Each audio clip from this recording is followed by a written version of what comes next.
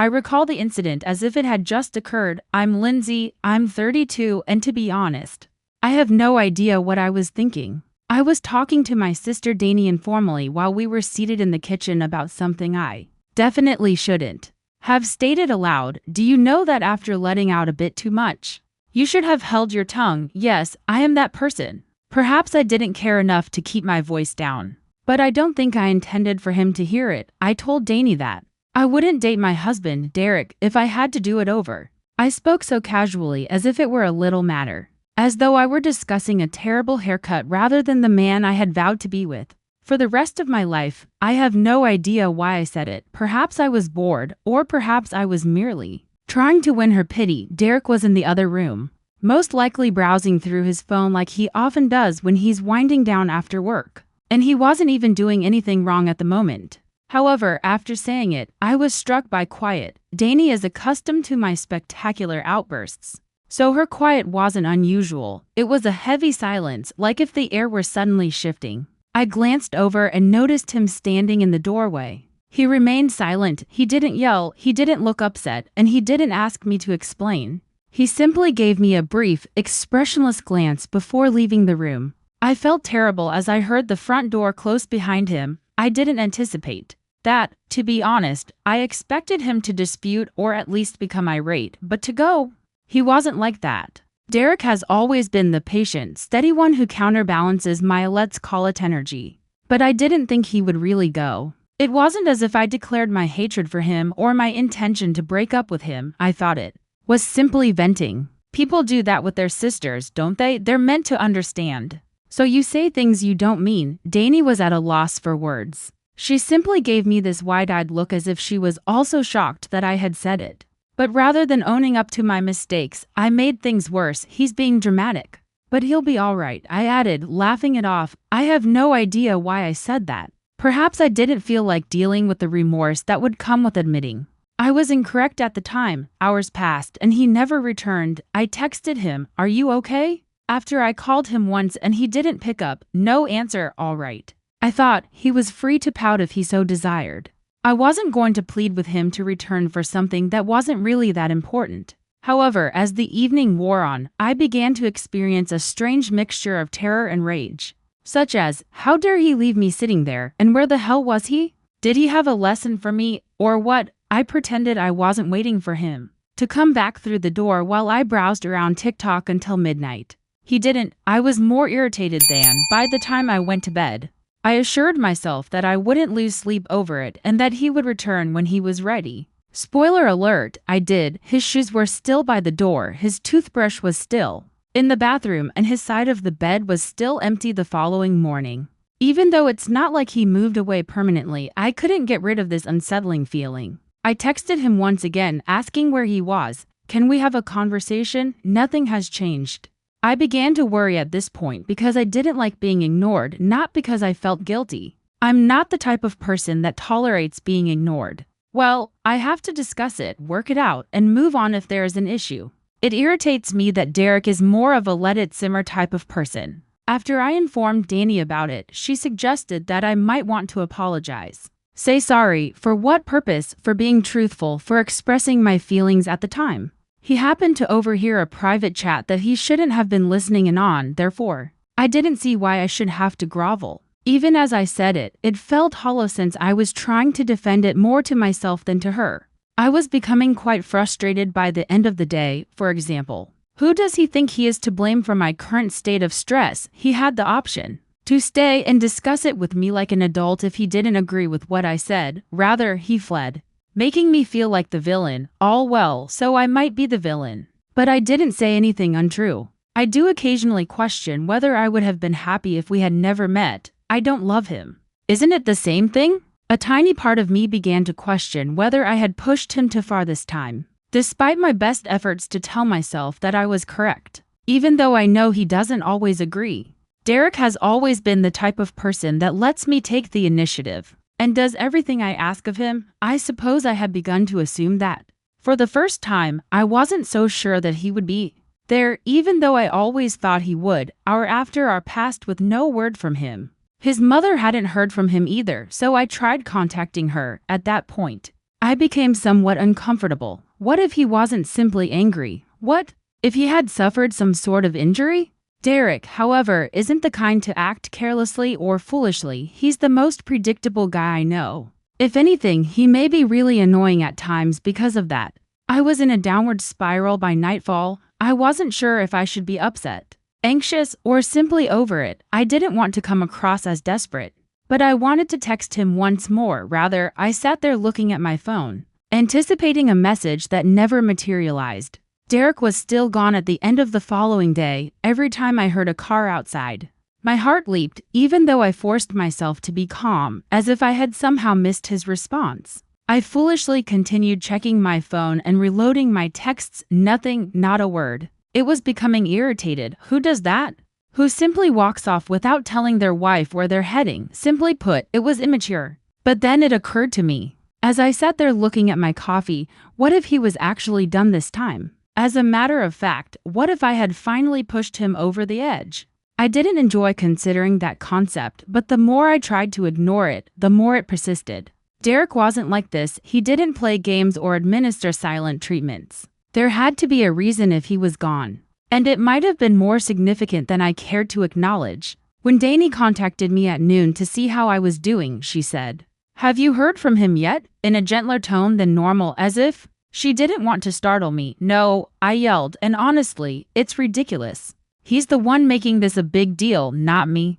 I wanted to end the call when she remarked, "Lind," cautiously, "you kind of made it a big deal first. Instead, I believed you should be on my side." However, I felt a twinge of remorse as I spoke. She wasn't wholly incorrect. It wasn't like I had intended to harm him, but perhaps I had overblown it.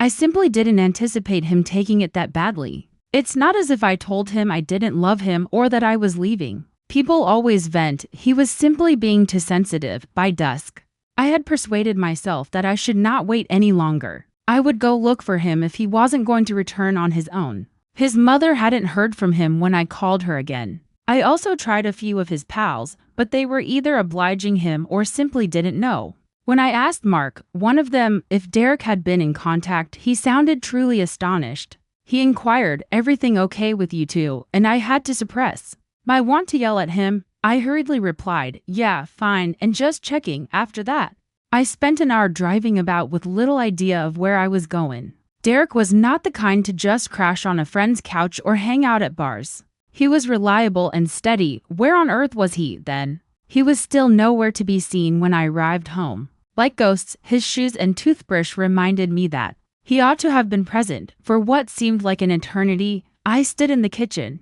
looking at the front door and hoping it would open, but it didn't. I detested how quiet the house was. Half out of curiosity and half out of a desperate need to feel like I was making a difference, I began to go through our bank account. I noticed it then, an earlier in the day hotel fee. He was at a motel by himself, not with his mother, a friend, or, heaven forbid, someone else. I couldn't decide if I should be angry or relieved. He was safe. But he was also hiding in a hotel and avoiding me as if I were unworthy of his conversation. The nerve! I immediately contacted the hotel. The desk clerk wouldn't confirm anything, so it didn't matter what I was going to say if he picked up. I wanted to scream when she said, "I'm sorry, ma'am," in this phony pleasant tone, "but I can't disclose any information about our guests." Rather, I ended the call and began typing another text. With trembling fingers, I typed, "I know where you are. Please come home so we can chat and quit acting like such a baby." After a few minutes of staring at the message, I decided to delete it. Let him be a coward if that's what he wanted to do. I had no intention of begging. The tightness in my stomach was still there, though. This idea that I was out of control and that he was in control was something I detested. It was meant to be Derek who pursued me, showed me forgiveness, allowed me to scream, and then went on. Why wasn't it working now? That's how it usually worked. When I woke up the following morning, the house was once more deserted. The silence and the ignorance were beginning to wear on me. Every email felt like a diversion from the actual issue. Despite my best efforts to concentrate on my work, I was clueless on what to do with my hubby gone. The longer he stayed away, the more difficult it became for me to believe that it wasn't that serious and that he simply wanted space. By the middle of the afternoon, I was at my breaking point. Regardless of how desperate I appeared, I drove to the motel. I would go to him if he didn't come to me. I had to resist the impulse to make a scene when the shopkeeper gave me the same speech about privacy when I arrived. I said, "He's my husband," but she simply gave me her phony customer service smile and said, "I'm sorry, ma'am." Having lost, I made my way back to my car. I had not allowed myself to experience fear in years, but as I sat there looking at the steering wheel, I began to feel it. What if he was not returning? What if this time I had actually pushed him too far? What if I secretly knew it was more than what I'd told Danny? It was not the first time I had let my emotions override his, nor the first time I had let my words control me. Perhaps he'd had enough this time.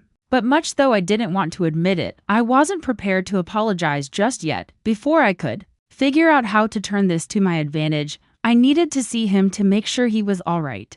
Because this was just another problem, wasn't it? If there's one thing I've always been excellent at, it's talking my way out of a mess.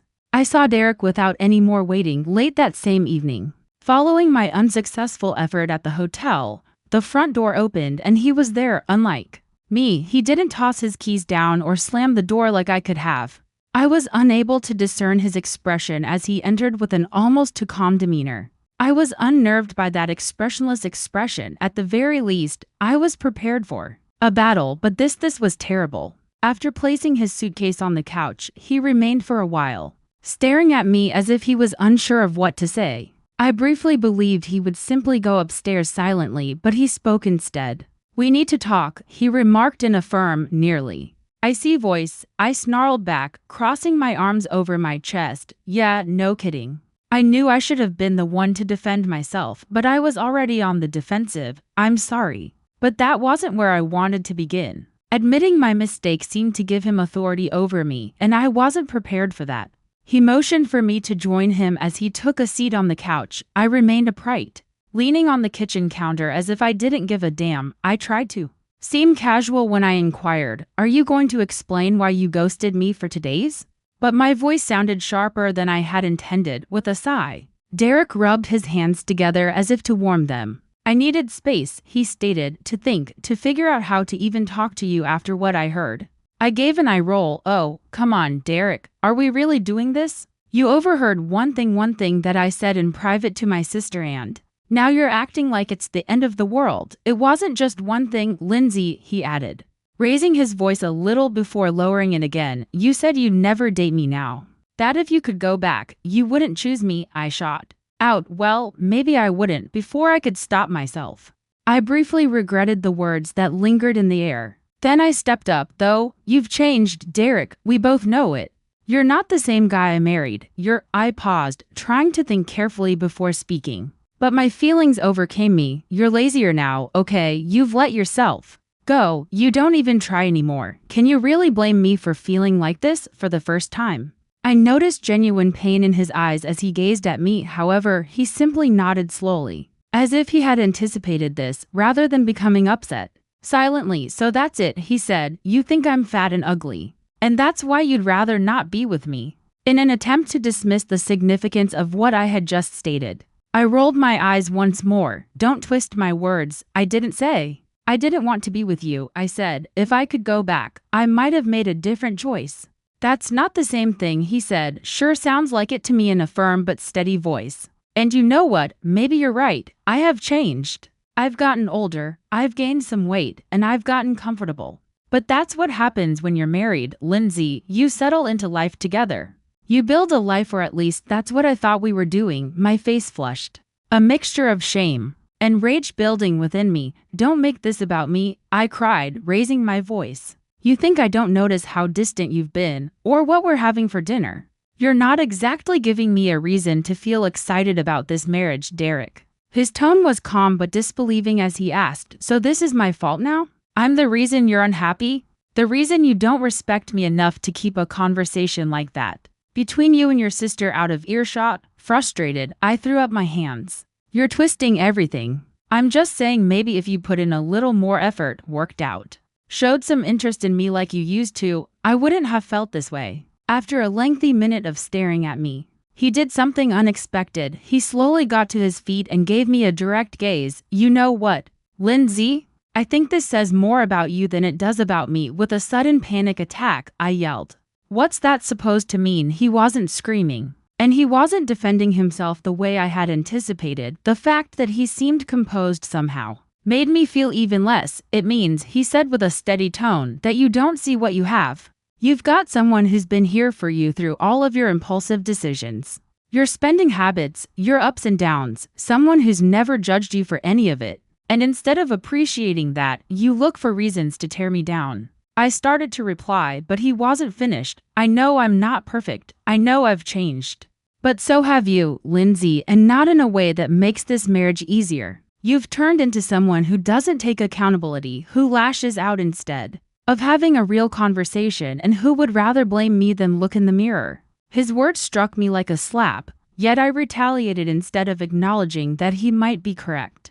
"Oh, so now you're perfect? The saint who's been holding this marriage together while I'm the problem?" He picked up his luggage once again and shook his head. "No, I'm not perfect, but at least I'm trying to be better. I'm done standing here and letting you make me feel like I'm not enough. If you can't see the value in me anymore, maybe we need to take a step back." I went cold. "What are you saying?" Stated, "I'm saying I need more than this. And if you're not willing to work on it, then maybe I shouldn't be here anymore." He didn't slam the door as he left, and he didn't shout. I stood there, startled and more perplexed than before, as he simply walked away. Reality set in. Over the course of the following few weeks, Derek never returned, not even to check his mail. The sense of emptiness grew each time I entered the house. Not only was he physically no longer there, but what hurt the most was the stillness and lack of him. I began contacting him more frequently in an attempt to gauge our compatibility. I received courteous but aloof responses. "Hope you're doing okay. I'll come by this weekend to grab my things." That was the end of it. No friendliness. No opportunity to talk. He wasn't harsh, but it was obvious that he was overshowing me his vulnerability. When the weekend arrived, I was terrified to see him. He appeared different when he entered the room. He appeared to have straighter posture and wider shoulders. His beard looked tidy and purposeful after he cut it. He even had a new scent, as if he had been using cologne. He looked better than I had seen him in years. As much as I hated to acknowledge it, I stood clumsily by the kitchen counter and said, "Hey?" As he entered, "Hey," he said, nodding slightly but not further. He didn't try to strike up a conversation or inquire how I was doing. Rather, he proceeded directly to the bedroom, unsure of what to say but anxious to end the silence. I followed him as he packed his belongings into boxes. My voice was quieter than usual as I said, "Derek, can we talk?" He continued packing. "About what?" I couldn't decide. He paused and gave me an unreadable look as he said, "About us." "What about us, Lindsay? You made it pretty clear how you feel." I hurriedly said, "I didn't mean it like that," and moved in closer. "I wasn't thinking. I was upset." He returned to packing after shaking his head. The knot in my throat intensified as I said, "No, Lindsay, you were thinking. You just didn't think I'd hear it. I didn't mean to hurt you." I felt tears sting my eyes, but I pushed myself to keep my composure. "But you did," he said firmly, finally turning to face me. "And it's not just about that one conversation. It's everything. The way you talk to me, the way you treat me. It's like I'm never good enough for you. I was wrong. I know I was, but we can fix this. We've been through worse, right?" He gave a little sour chuckle. "Have we? Because I don't think we've ever been through this, Lindsay. I don't think I've ever felt this disrespected, this unwanted. And the worst part, I stayed. I kept trying. Even when you made it clear you didn't appreciate me. That's on me. I let it get this far." His words were like a gut punch. I wanted to correct him and debate, but I was unable to do so. I knew in my heart that he wasn't. I hated how desperate I sounded, and my voice cracked as I said, "So what, that's it? You're giving up on us?" He stated, "I'm not giving up." In a firm voice, "I'm choosing myself for once. I'm done trying to prove my worth to someone who doesn't see it." My thoughts were racing as I gazed at him. It wasn't meant to go like this. He was expected to pardon me and promise that we would work things out. Instead, he stood there as if he had already made up his mind, composed and determined. "I can change," I murmured, scarcely raising my voice above a whisper. "I'll do better. I'll be better." With a groan, he put down the box he was carrying. "Lindsay, I hope you do, not for me, but for yourself. But I can't be the one who waits around for you to figure it out." I've spent years trying to make you happy, and all I've gotten in return is criticism and resentment. I deserve better." He said things that shocked me more than they were going to for once. I didn't try to hide the tears that spilled over me. When I said, "I don't want to lose you," my voice broke. "Please, Derek, we can fix this." For a long moment, he gazed at me, and for a split second, I thought I saw something flicker in his eyes, perhaps regret or sympathy. He shook his head. Nevertheless, silently, he remarked, "I've already lost too much of myself trying to fix this." He scooped up the box and left the room, leaving me standing there with my heart in tatters, saying, "I can't do it anymore." I knew it wouldn't change anything, but I still wanted to run after him and plead with him to stay. He was finished, and I realized for the first time that I might actually lose him forever. I made an effort to divert my attention throughout the following few days. I did all I could to avoid being at home alone, including going to work and going out with friends, but the loneliness accompanied me wherever I went.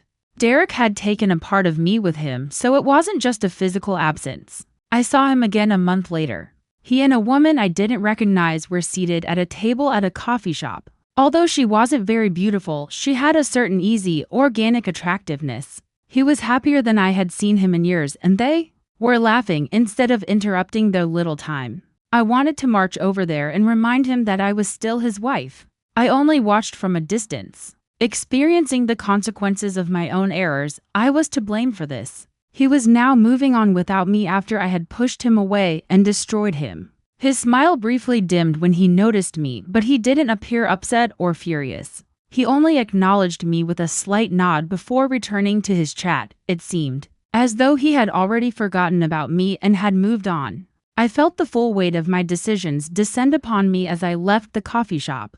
I hadn't noticed how much he was giving me since I had been pointing fingers at him and criticizing his shortcomings for so long. It was too late now. I felt completely alone for the first time in my life, and for the first time, I understood that I was the one who had let me down, not Derek.